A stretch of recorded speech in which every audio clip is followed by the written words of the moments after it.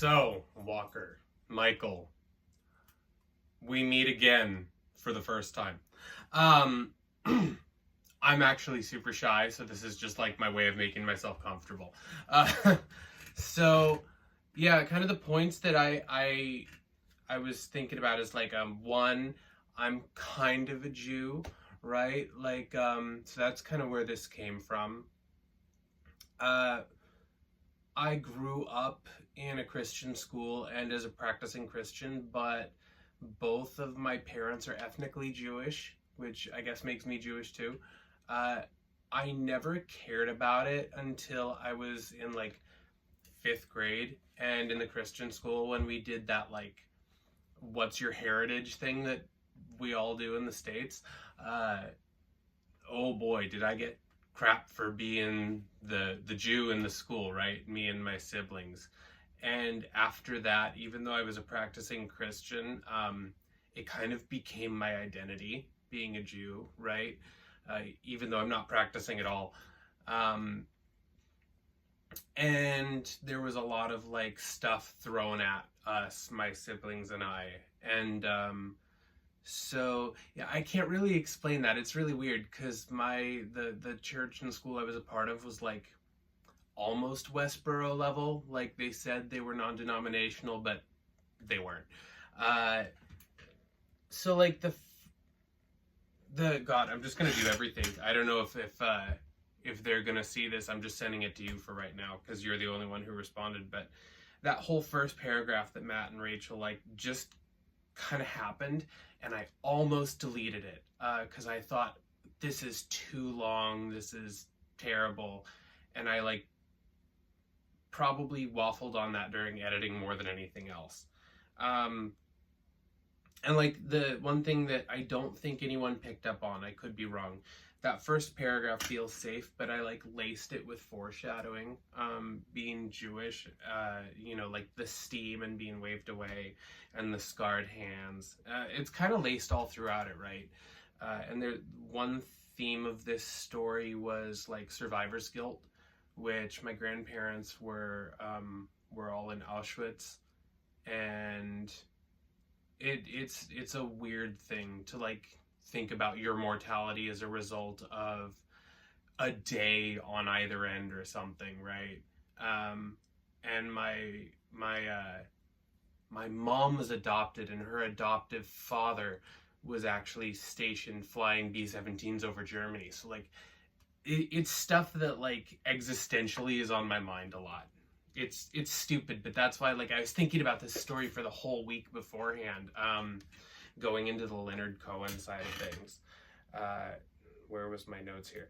And the other thing is like they talked about like, oh, this is really well put together and stuff, and I was just like so blown away because I have no idea what I'm doing, right? I've really only seriously been writing as long as I've been in this group, and I study so much from like you guys, from Jake and you and Nick and Matt and Rachel. Like I really do study all your guys' work, um, and like take the things that I find interesting and watch how you guys do stuff. Um, and now, as far as digging into like the story, so like in my head, this takes place after World War II.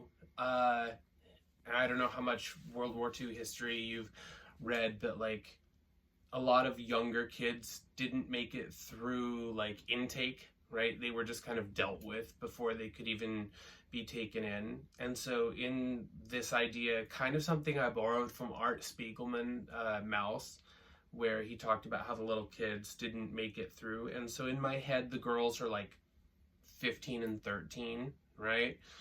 And so like that's why they made it in and through the camps, and their little brother didn't. Again, this whole thing is really weird and tied up in this weird like intergenerational, like handed down like survivor's guilt. This really weird thing that you grow up with being a grandkid of a Holocaust survivor. And like I think Rachel brought it up, but like my whole thing was like they didn't, and it could be either way. Who cares?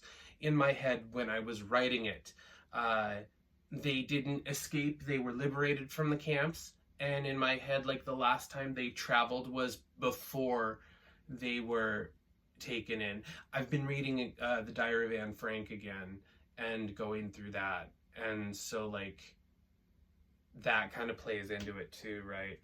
Um, and like Matt brought up, I really just went into it because I'm Jew-ish, again, not practicing, but I developed a complex from being the Jew in a Christian school, even though I was a practicing Christian until I was like, actually I remember, that's a different story, but I remember the day that I like decided I was done and I'm just doing my own thing. I was like 25, 26-ish, I guess.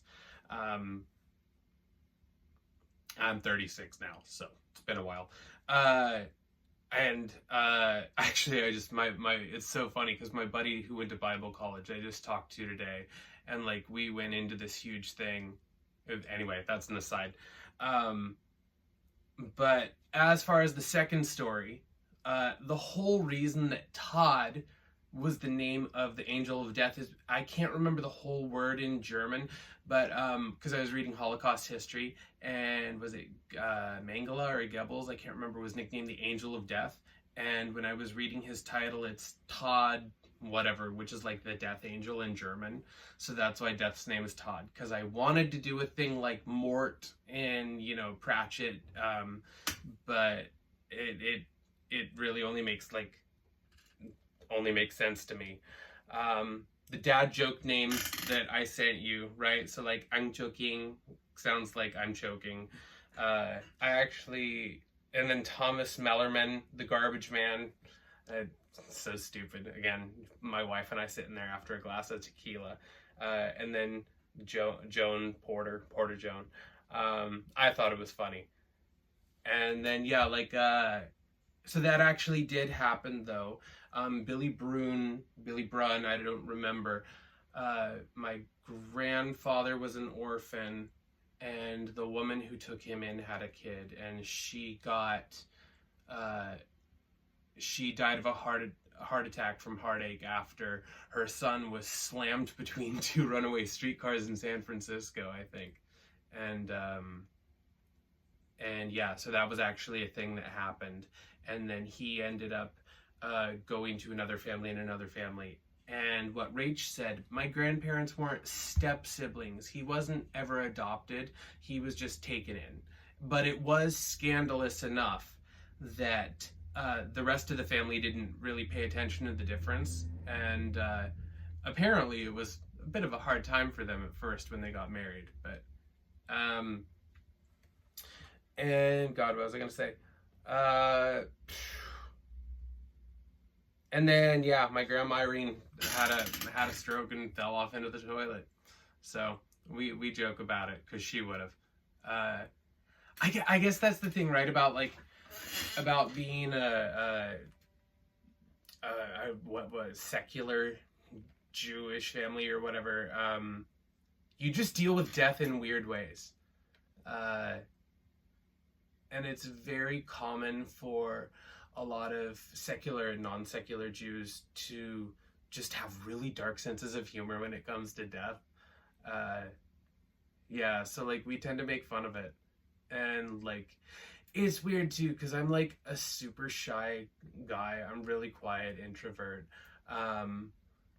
But not working with, but getting to write with you guys every week has really, I don't know, it's a level of comfort, because I'm over here in Japan, right?